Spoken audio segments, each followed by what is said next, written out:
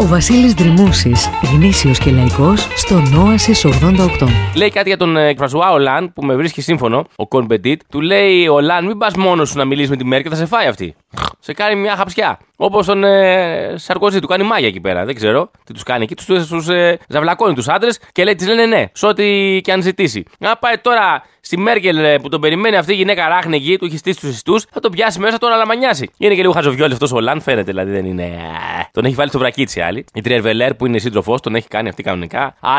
Άλογο. Αφού σε λίγο θα του κόψει και το βούτυρο από τα φαγητά. Να πας, λέει, να μιλήσεις λίγο με τους άλλους και να πας ενισχυμένος. Πας, λέει έτσι, ξεβράκονται στα γκούρια, αλλά δεν ακούει ο Ολάν. Νομίζω ότι έχει πάρει τη φόρα. Τώρα σου λέω εγώ με Ολάν, έχω βγει, πήγαινε εκεί στη Γερμανία, στη Μέρκελ, κακομοίρη μου και καταρχάς, στο είπα και πριν. Γιατί να πας στη Μέρκελ και να μην έρθει η Μέρκελ ή να συναντηθείτε σε ένα ουδέτερο έδαφος. Δεν κατάλαβα. Με το που βγήκες εκεί, σου λέει έλα στη Γερμανία και εσύ πηγαίνεις. Τι φλόρος είσαι, ρε.